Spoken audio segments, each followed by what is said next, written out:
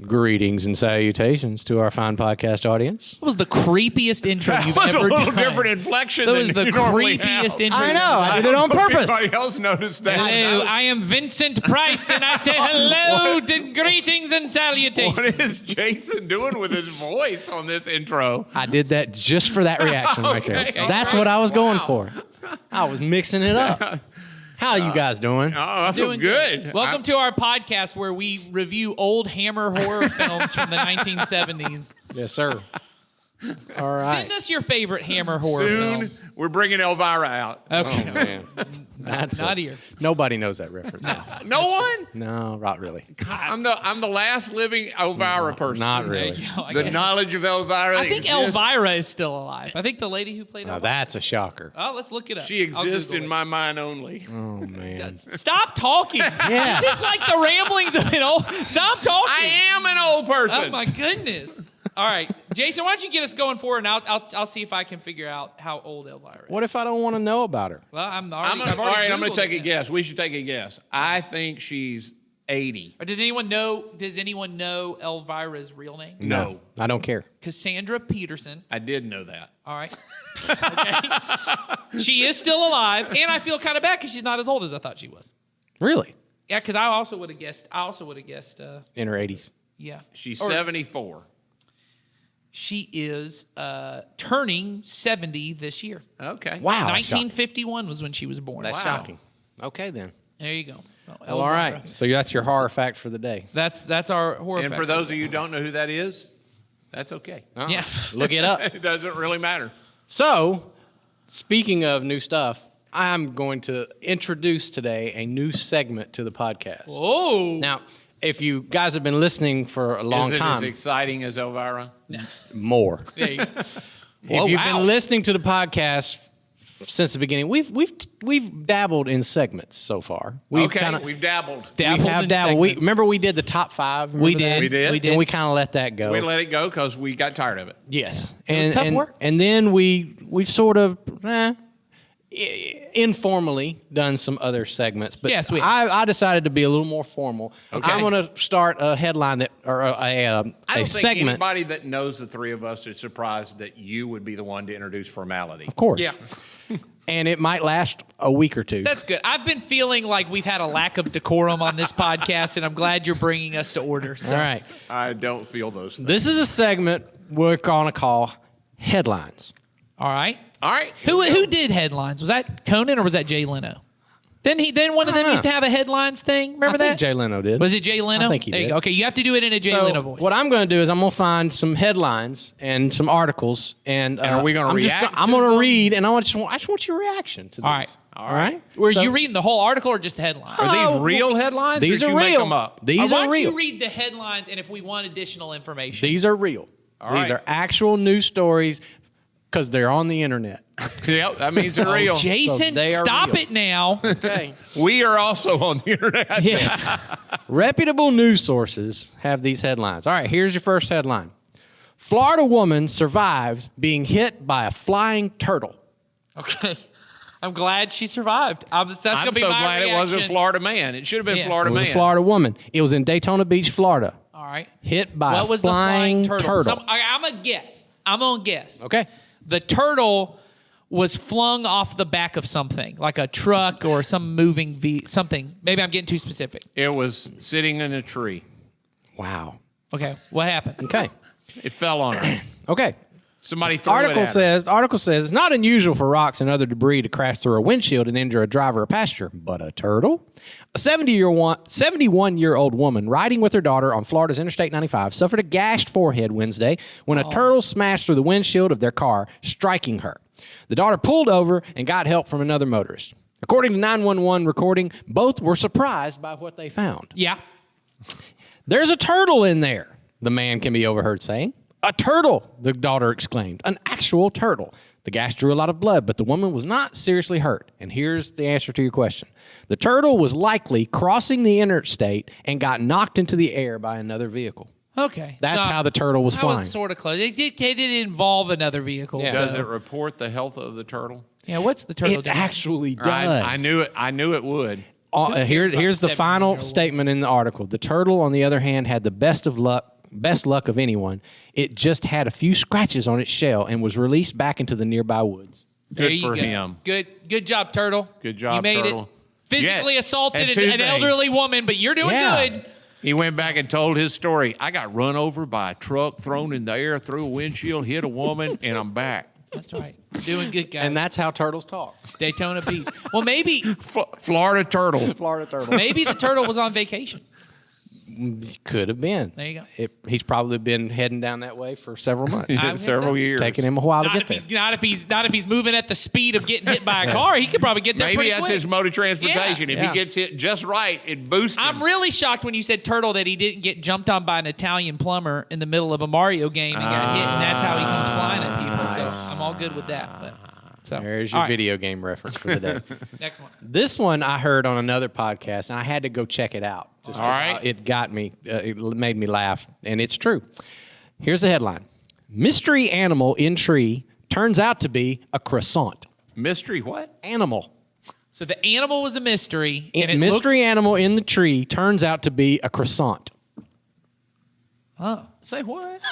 So they thought it was an animal, and it turned out to be a croissant. A woman, Oh, I also heard this on a podcast. It's a did. podcast you and I listened to. It is?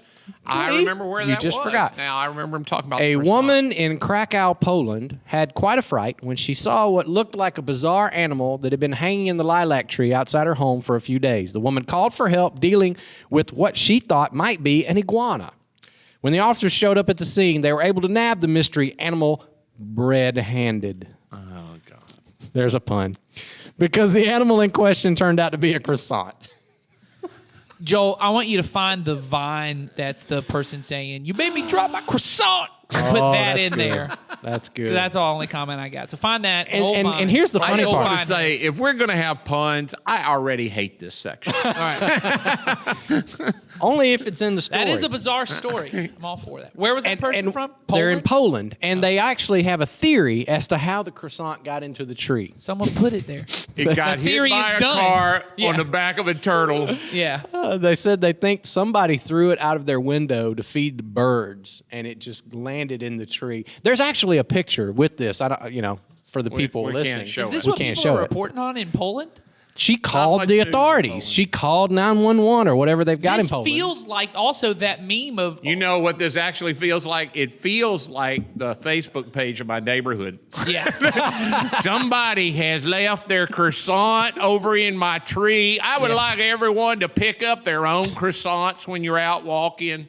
And just like the last story we read, they also report on the condition of the croissant. Is it eaten? It says the animal rescue did not mention what happened to the croissant after it was retrieved from the tree. So evidently, that's a question people have. Okay. What did you do with the croissant that you found in the tree? There you go. Hashtag croissants have rights too. They're people too. Croissants are people too. Oh my God. Croissants are people too. Croissants are people too. All right. I've seen a lot in my life. They may be one day. I Okay. never know. There you go. Okay. Now this is one of those stories that I just thought would bring up discussion as to what would you do? What would I do? What would you do in this situation, depending on who you were? All right. Belated birthday. Wait, I get to choose who I am as well? Yeah, I Okay, think- I'm Superman. Go. No, in the story. Oh, okay. There's a brother and there's a sister. Okay. All right. Belated birthday gift from brother earns woman a $500,000 lottery prize. Ooh.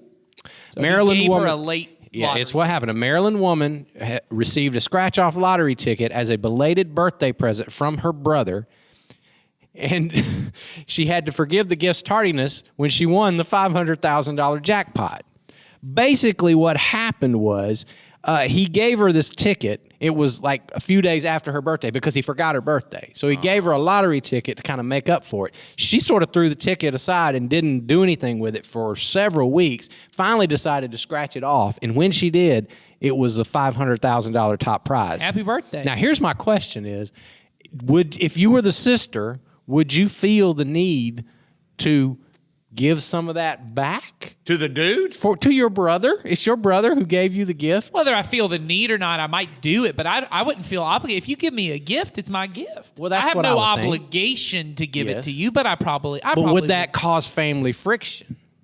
Oh, I'm confident it causes family Probably. friction. Yeah. Probably. The truth is, whether you gave it to me or not, I would say in many a family, if someone comes into $500,000, it Yes. might cause family friction. I So- can tell you families that it would cause friction that you gave me a lottery ticket for a birthday present. Yeah. That in and of itself would have been a problem. Yep. Other families, not so much. And of course, here's a quote from the brother. He says, "If I'd have known it was that, I'd have kept it." Well, of course you would. Of course you But would you have. didn't. You gave it to your sister, and the What sister kind just. of compliment or backhanded compliment is that? Is if I knew my gift was worth something, I would not have given it to I you. thought I was giving you $1. Yeah. And it was $500,000. My goal was to give you trash. I was trying to Exactly. give you garbage 2 days late, and I will say, I don't judge you, I sir. have been. This reminded me. Someone did give me a lottery ticket for a gift one Did time. they? Yes, All right. and one of them I won $50. oh, there you go. Did And you feel obligated to give them I did not. I actually felt. I did kind of feel a little weird when I went back and told them. I was like, "Hey, you know that lottery ticket you gave me? That was a $50 scratch off." And they were like, "Wow!" And I didn't know if that was going to like make them feel bad Yeah. or what. But yeah, I did tell them. Jason, that $50 could get me out of a lot of jams. I know. I'm gonna need a lot of jams. And it was just I need $50. I'm just wondering if it's 500,000. You know, that would cause that. some friction. Maybe I don't know. There you go. Hope they do well. All right, last one. Oh, we got one more. Police respond to report of home intruder. Find robot vacuum. I can imagine that. I have a robot vacuum. This apparently happens more often than you would Oh, think. yeah, because there was an alarm that went off, is my guess. Actually, no. In this instance, the lady and her 2-year-old daughter were asleep. Yep. And they were awakened by this banging Yeah, sound. because it bumps into stuff. Yeah. And so she ran into the closet, called the police, told them there was an intruder. They had to break the door down, got into the house, and they found that it was the robot vacuum running around. Yeah. So, I have awakened to my robot vacuum cleaner running. so do you run it at night? I don't have Not not intentionally, but occasionally when the power goes off or something, it will reset. Have you And seen these? so I now have a foolproof way to keep it from doing that. Have you seen these lawn Roombas? I The have. ones that go on your lawn. I don't know I how much have. they are. It literally, because I hate cutting my grass. Yes. I literally thought, even if it was $15,000, I would go out and get a second mortgage on my house. Just get to this get the money grass and get this. That would go in my neighborhood. Everybody needs to control their lawn Roomba. I'm just saying, I was out walking with my little dog, and the lawn Roomba came at my It dog. ate my dog. Your robot lawnmower ate my dog. I hate to break it to you, though, Nathan, but for that price, you could get someone to come cut your grass. I understand, but then I also could be the guy who has the lawn robot. I The think- little robot that goes I out think there. Jason was saying he would come cut your Oh, grass. gotcha. Well, there you go. For that price, yes, I would come it for, whatever you It said would be there. better because I can just imagine with my 4 girls, if I had a little lawn room, but someone would be out there trying to ride on it. There is Yes. no doubt. Yes. I could tell you the ones that would start first. They start riding on the lawn or chasing the lawnmower. They And love it. This is the way it would go with your kids. One of them would go out. The other 3 would go, Papa, she's out riding on the lawn Roomba. Doing that. Yep, All right. that's my life. So, our new segment, headlines. I liked it. Yeah.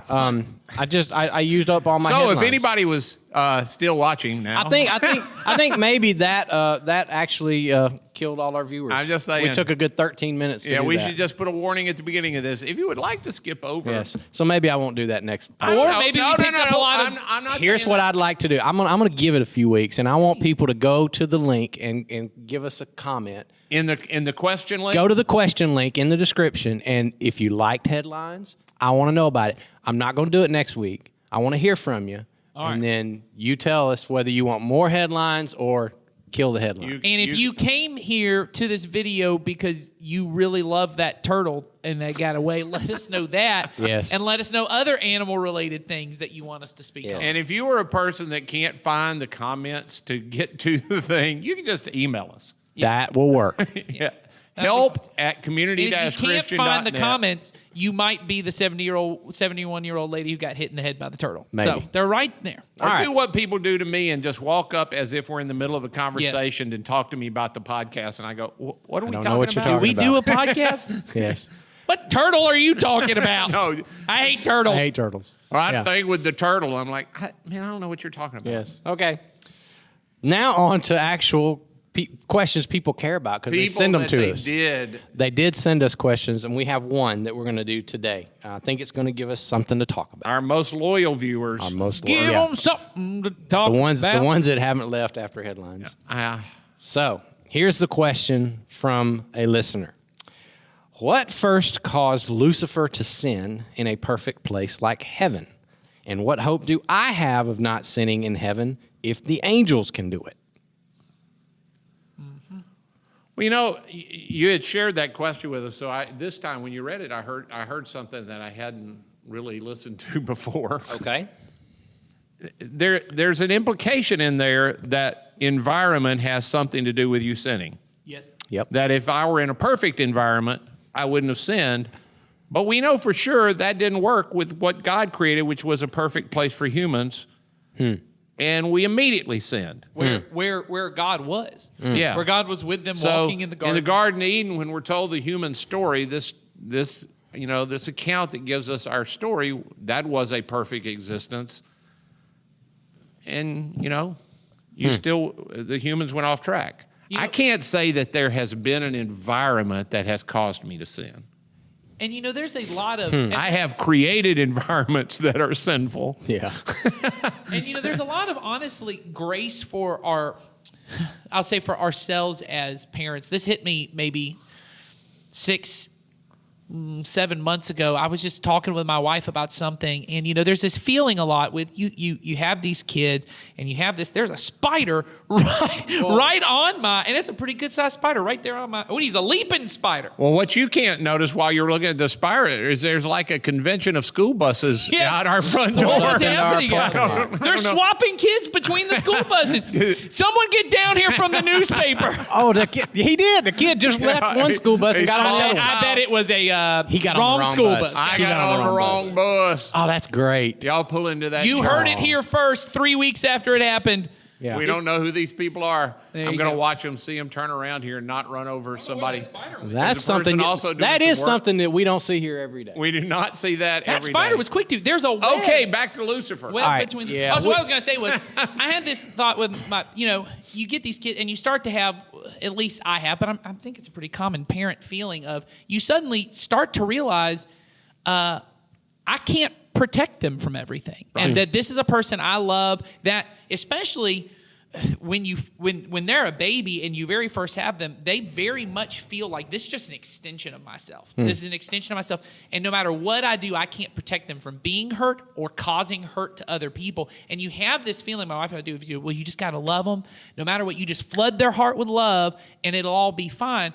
But in that, I remember saying to my wife then that does have this feeling that I'm somehow better at loving than God is, because God in the garden perfectly loved, fully surrounds people with his love, and people still go, yeah, this ain't good enough. Well, and I'm going to try something different. I was just sitting here thinking while you were talking about it, that's even a great illustration that most of us would be parents could think of in terms of why is it your child, before they really can even talk, chooses to rebel against you. Yes. I mean, even the best of parents, your child, before they can say words to you, looks you ball in the face when you've asked them, they understand you, and they do the opposite. Yes. So Or they lie, or they So now hide, when or- you're saying, why do we rebel in perfect places? It's because rebellion is in the heart of, and so then I told you another thing, and I don't know, you have something you want to say on any of that, Jason? Because that's not the heart of the question, but. No, I think at the heart of the question, well, it'll just help us get back to, I think what the person really is concerned about, because I've heard people ask this before, is are we going to have free will in the new heaven, the new earth, in our eternal home with God? Will we have the capacity to sin? Because I know that causes some, disconcerting things, and people are like, well, if I don't, then am I really there because I want to be? But if I do, I'm afraid. Yeah, because I've not always made the best use of my free will. That's right. Here. And I first of all, the Bible really does not give us a definitive answer on this question. It does talk about what existence will be like, and it certainly gives us the indication that all those things about every tear is wiped away, every, sin is defeated, death is done away with, and all those things are with it, and we will be with God in that place. And so there doesn't give us any indication that that's going to be our state, but at the same time, I get that whole thing of, there has to be some sort of free will going on there.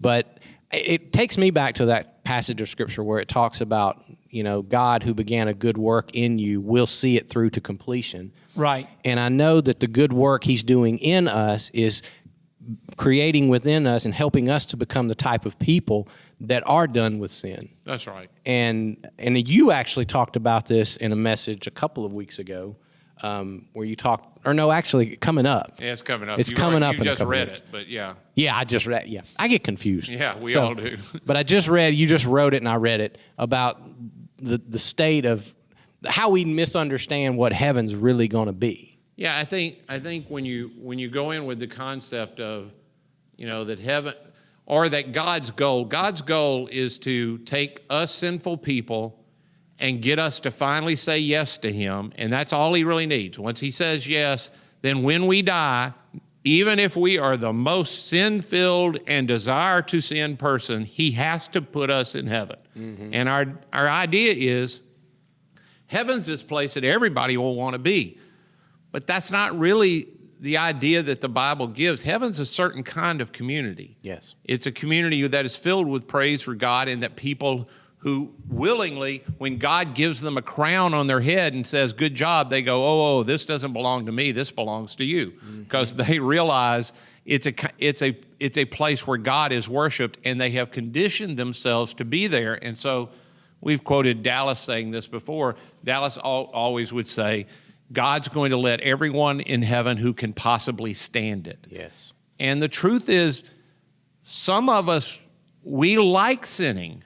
Mm-hmm.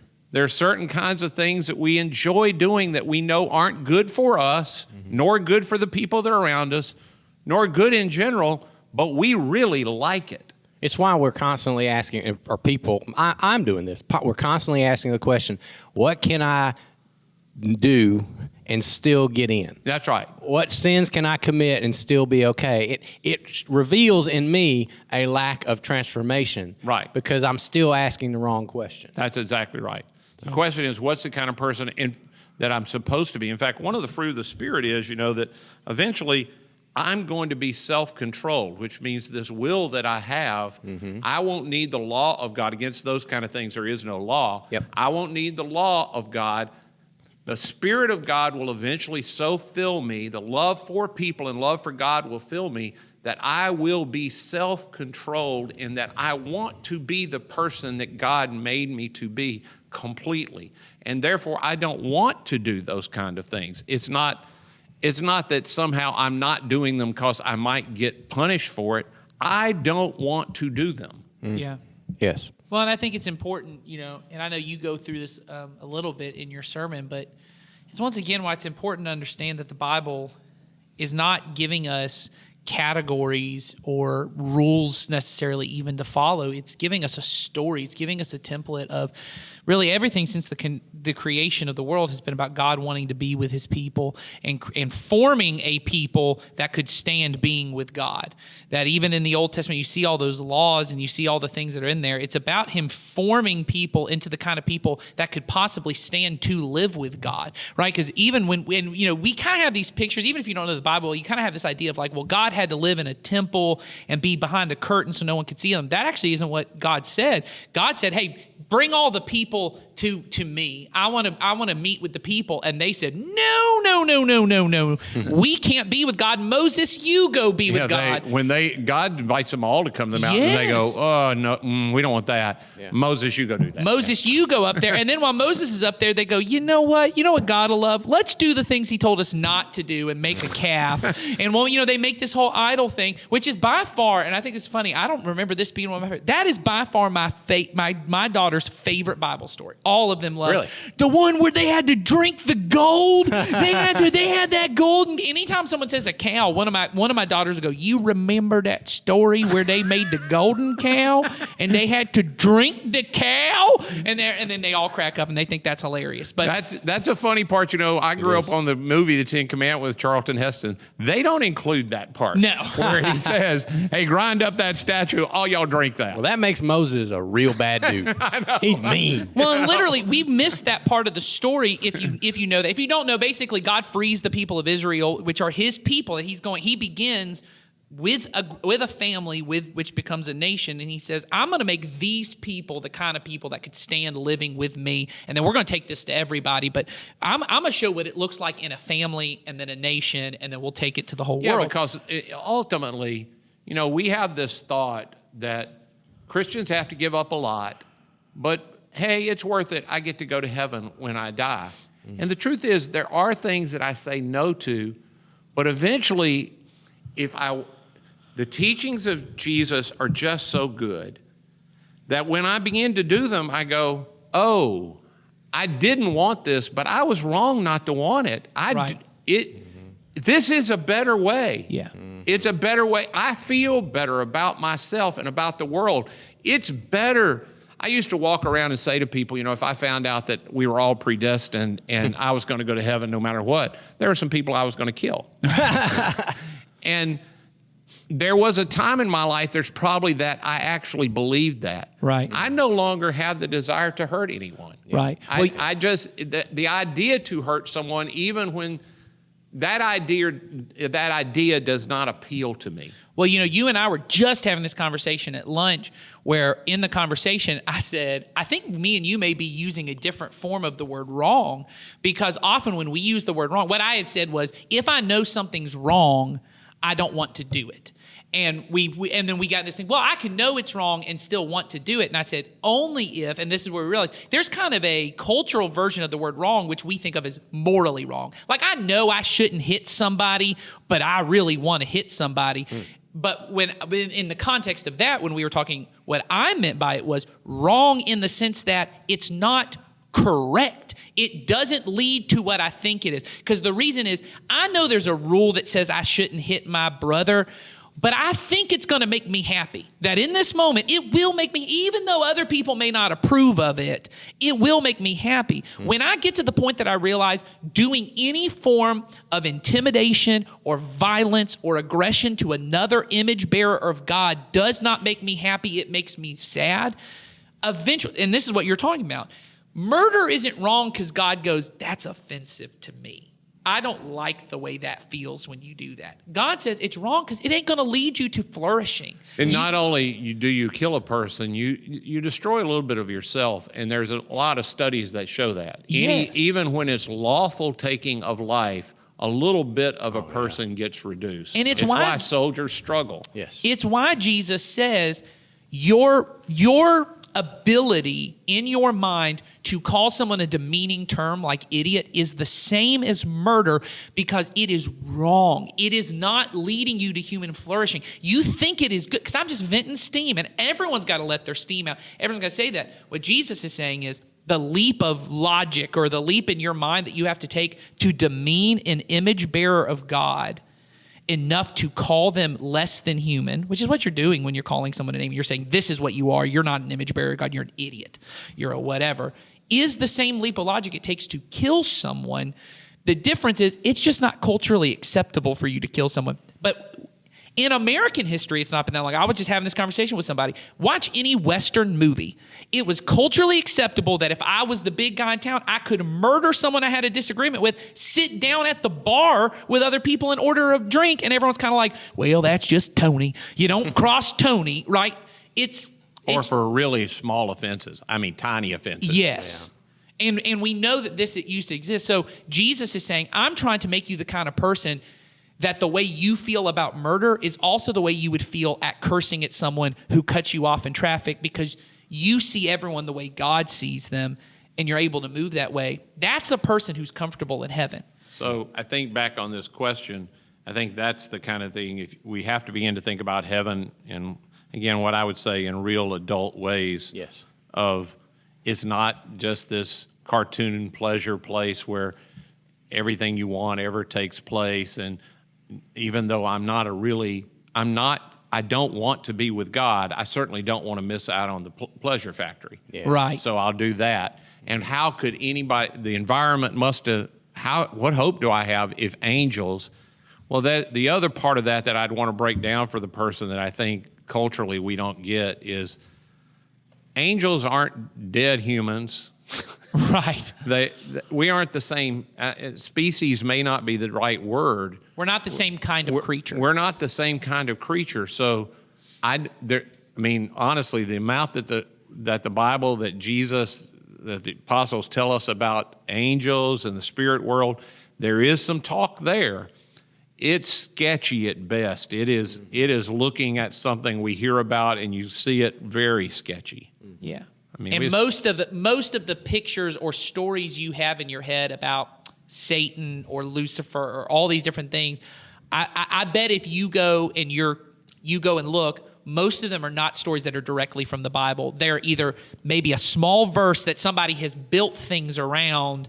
There's not a lot of chunks of text that go, and here's what happened before the creation of the world with Satan and all that. Right. That's right. It's very limited. Kind of referential, but it's not. They refer to things, but they don't explain it. It's almost like you don't really need this information. Yes. This did take place, but it's not important for you to understand that. I want to refer to it. Yes. And that's why some of the verses we read, people get hung up on.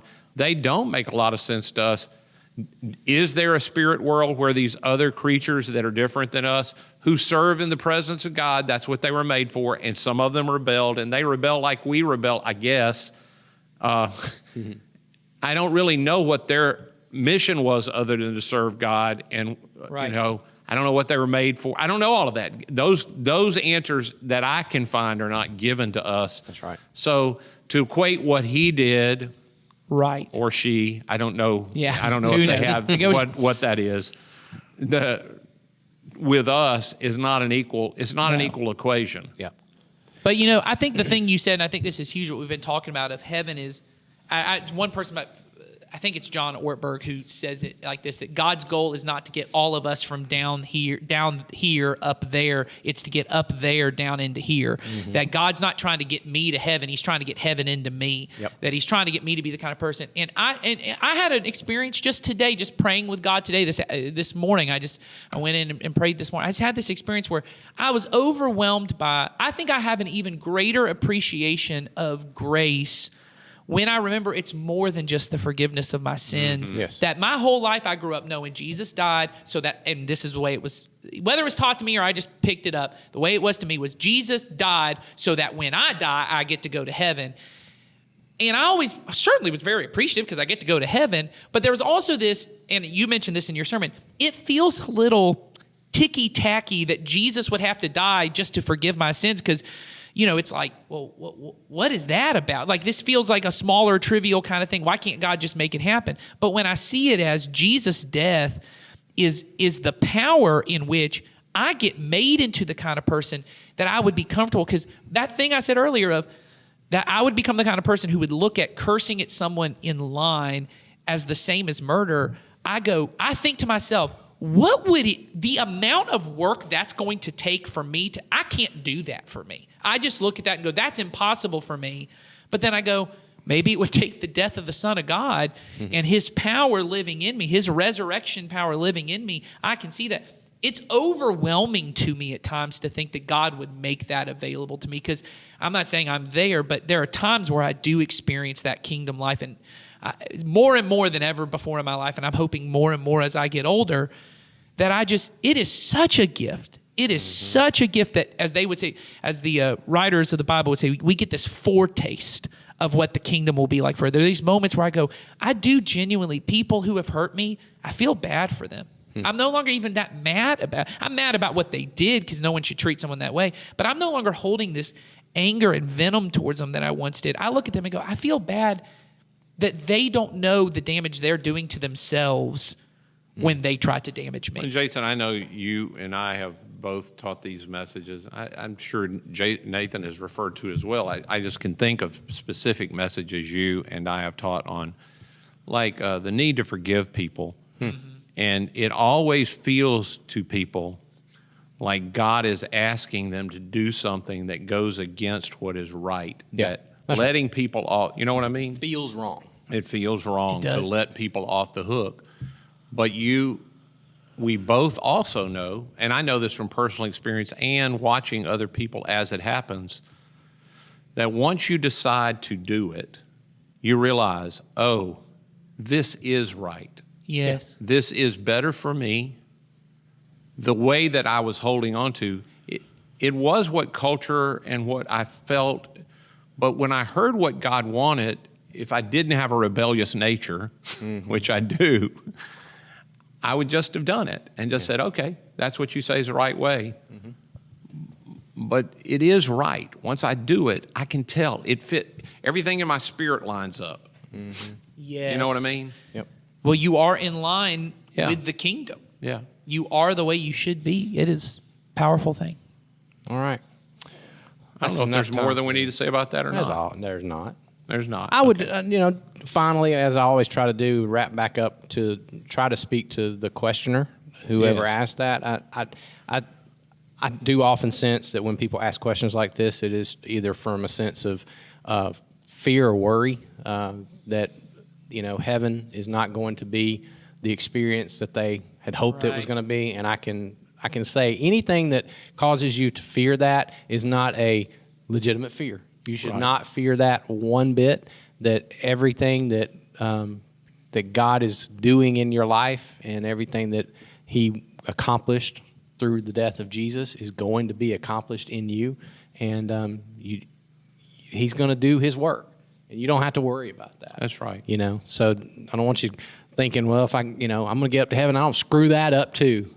Yeah, that's right. That's not the God you follow. And I think I just heard Greg Boyd say this. He said, anything that you imagine in your mind that is not in line with the character that you see in Jesus and how He treated people, then you can know that thought didn't come from Him. That probably came from you. So any of those kinds of thoughts and worries, I would say, don't come from the Father. So I think that's absolutely right.